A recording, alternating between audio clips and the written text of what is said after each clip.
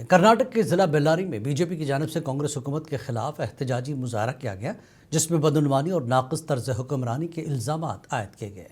एहतजाज के दौरान बीजेपी कायदीन ने हालिया बेल्लारी फायरिंग वाक़े पर रियासती हुकूमत को सख्त तनकीद का निशाना बनाया। बीजेपी के रुकन पार्लियामेंट बसवराज मुंबई ने कहा कि कर्नाटक में कानून नज़्म की सूरत हाल मुकम्मल तौर पर नाकाम हो चुकी है।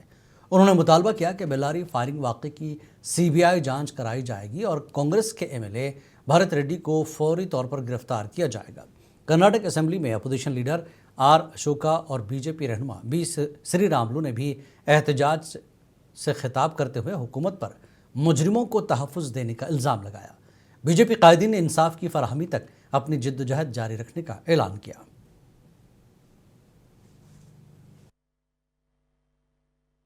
The issue is the incident which has taken place. There is a clear videos where the gunmen belong to Congress party leader Satish Reddy and Bharat Reddy have shot their own worker, and they tried to shoot at Janardhan Reddy house, and all this has been now seen in the video, but still there is no arrest of Satish Reddy or Bharat Reddy who are responsible that. And instead of that, they have put a case on Janardhan Reddy and Ramlu. Therefore, there is a gross injustice against this injustice and lawless in the state. There is no law and order. Totally law and order has failed. The entire government and the leaders of Congress are involved in a lot of illegal activity, including drugs, including matka and all those things. And it's rampant everywhere. Even in villages, you can see that. So this Congress government has converted the entire state into a drug and matka state. No, we are doing it at the right timing. It is not only this Padayatra. A time will come where we will have Padayatra from Dashadikku. Dashadik means 10 directions. Tamil Nadu के ज़िला रामनाथापुरम से खबर है। यहाँ मुजाहिद आज़ादी Emmanuel सेग्रन के memorial hall का इफ्तिताह अंजाम दिया गया। इस मौके पर सिक्योरिटी के सख्त इंतजामात किए गए। वज़ीर आला M.K. स्टालिन ने आज मुजाहिद आज़ादी इमानुअल सेग्रन की मेमोरियल का बाज़ाब्ता इफ्तिताह किया। वज़ीर आला M.K. स्टालिन ने इमानुअल सेग्रन के कुर्बानियों को खराज अक़ीदत पेश करते हुए कहा कि उनकी जिद्दोजहद समाजी इंसाफ और बराबरी के लिए एक मिसाल है।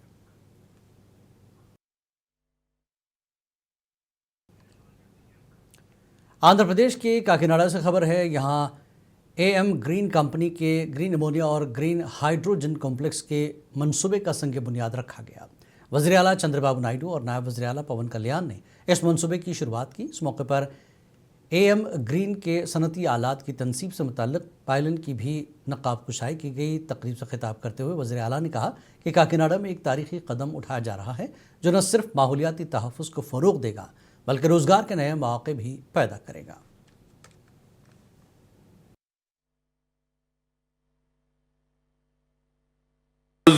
ప్రొజ్యూమర్ అన్నాను, ప్రొడ్యూసర్స్ కమ్ కన్జ్యూమర్. మనమే కరెంటు వాడుకుంటాం, మిగిలిన కరెంటు గ్రిడ్కి ఇస్తాం, లేకుంటే బ్యాటరీ పెట్టుకుంటాం. ఇది కానీ జరిగితే చాలా అడ్వాంటేజెస్ వస్తాయనే ఉద్దేశంతో దీనికి కూడా ముందుకు పోతున్నాం. అయితే ఆంధ్రప్రదేశ్కు ఉండే అడ్వాంటేజెస్ ఏ రాష్ట్రానికి లేవు. 1000 కిలోమీటర్ల తీర ప్రాంతం ఉండే ఏకైక రాష్ట్రం, అందులో ఈస్ట్ కోస్ట్లో ఆంధ్రప్రదేశ్ అని చెప్పి కూడా నేను మీకు తెలియజేస్తున్నా. నాకు చాలా సంతోషం. AM గ్రీన్ కో నేను పెట్టింది ఆంధ్రప్రదేశ్ పేరు.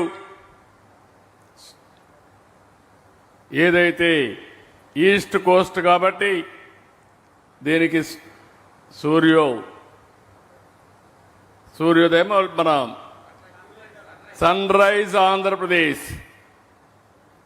తెల్లవారి నిద్రలేస్తే ఆంధ్రప్రదేశ్ నుంచే సన్ పుట్టే పరిస్థితికి వస్తుంది, ఉదయించే పరిస్థితికి వస్తుంది.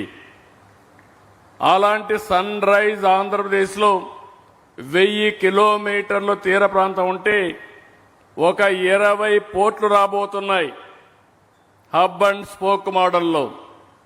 ఇంకో పక్క భారతదేశానికి పెద్ద అడ్వాంటేజ్ ఉంది.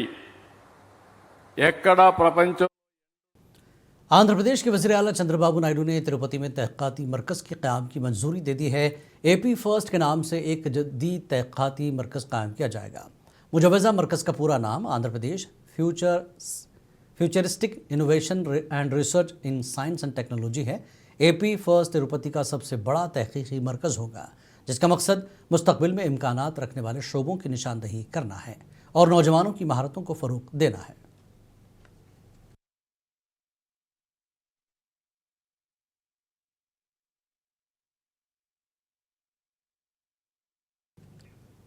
आंध्र प्रदेश कांग्रेस के सीनियर रहनुमा डॉक्टर चिंतामोहन ने रियासती हुकूमत पर संगीन इल्ज़ाम आयद किए।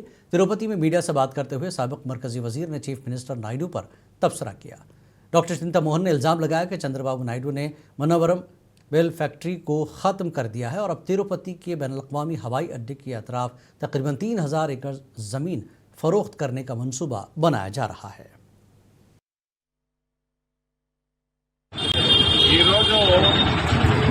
వెంకటగిరి టౌన్కు రావడానికి కారణం ముఖ్యంగా 3-4 విషయాలు ప్రస్తావించడానికి రావడం జరిగింది. మొదటిది తిరుపతి రాయలసీమ ప్రాంతం. తిరుపతికి రాయలసీమకు అన్యాయం జరుగుతూ ఉంది. నేను విభజన సమయంలో మొట్టమొదటి విభజన జరిగింది 53లో. 1953లో తిరుపతిని రాజధాని నగరం చేయాలని పట్టుబట్టారు ఎన్జి రంగా గారు, తరిమల్ నాగిరెడ్డి గారు. ఎక్కడున్నారో మహానుభావులు. మరి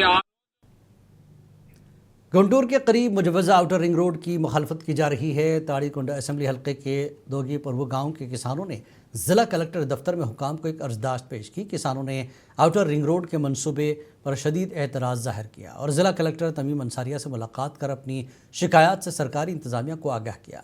किसानों ने कहा कि अमरावती दारकूमत को जोड़ने के नाम पर ताड़ीकुंडा असेंबली हल्के के हदूद में आउटर रिंग रोड की तामीर से उन्हें शदीद नुकसान पहुँचने का खदशा है। उनका इल्ज़ाम है कि बगैर किसी पेशगी इत्तला के ज़मीनें हासिल की जा रही है।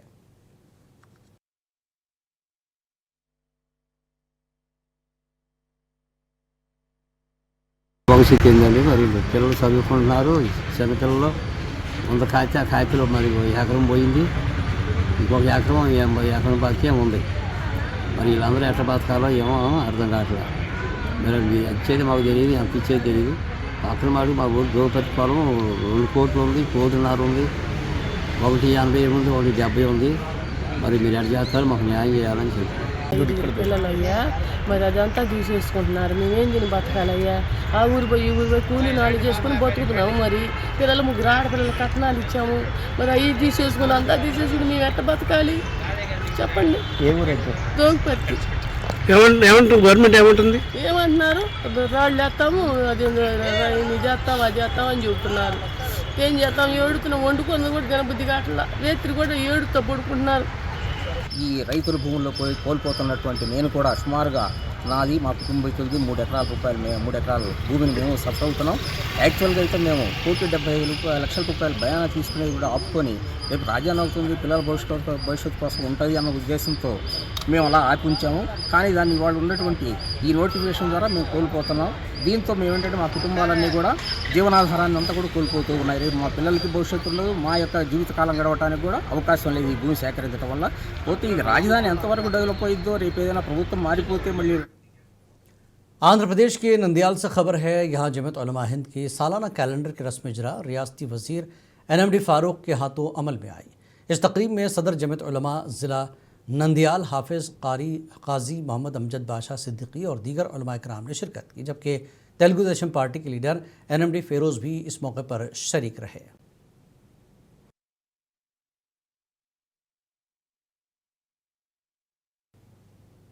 उत्तराखंड के मुक़द्दस मकाम हरिद्वार में वाक़े हरी कपूरी पर गैर हिंदुओं के दाखिले पर पाबंदी की पोस्टर लगा दिए गए हैं, जिसके बाद सियासी और समाजी हलकों ने इस पर शदीद रद्दमल ज़ाहिर किया। यहाँ मुख्तलिफ मकामात पर लगाए गए पोस्टर्स में गैर हिंदुओं के दाखिले को ममनू करार दिया गया।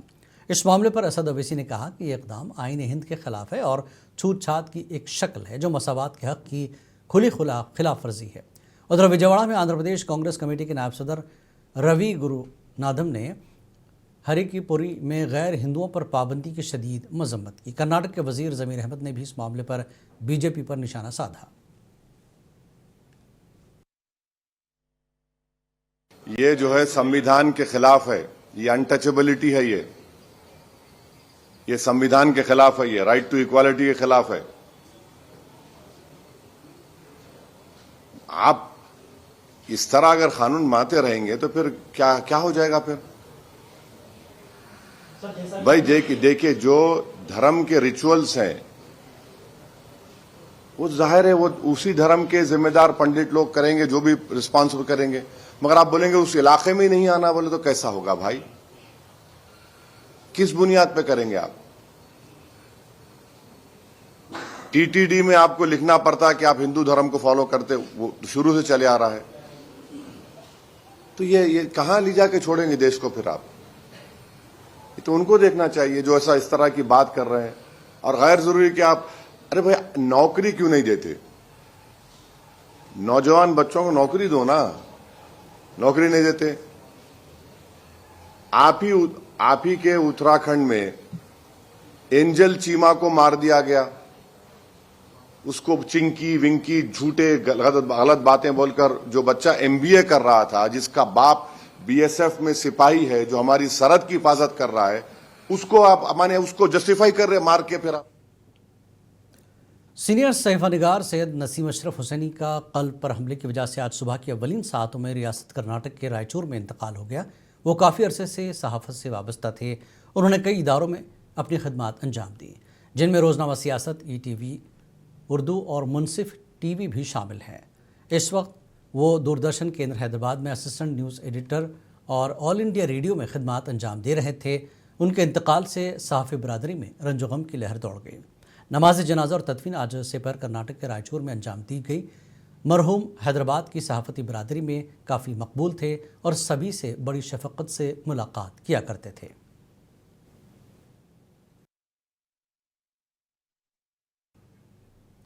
हैदराबाद की यूसुफगुड़ा के कृष्णा नगर इलाके में जैन मंदिर के करीब एक मकान में हफ्ते की सुबह हादसा हुआ। अचानक वॉशिंग मशीन फटने से इलाके में खौफ व हरास फैल गया। धमाके के नतीजे में घर के अंदर मामूली नुकसान हुआ, ताहम किसी जानी नुकसान की इत्तला नहीं है।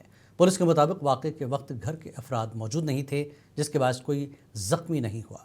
इब्तिदाई जांच में धमाके की वजह बर्क़ी शॉर्ट सर्किट या तकनीकी खराबी बताई जा रही है।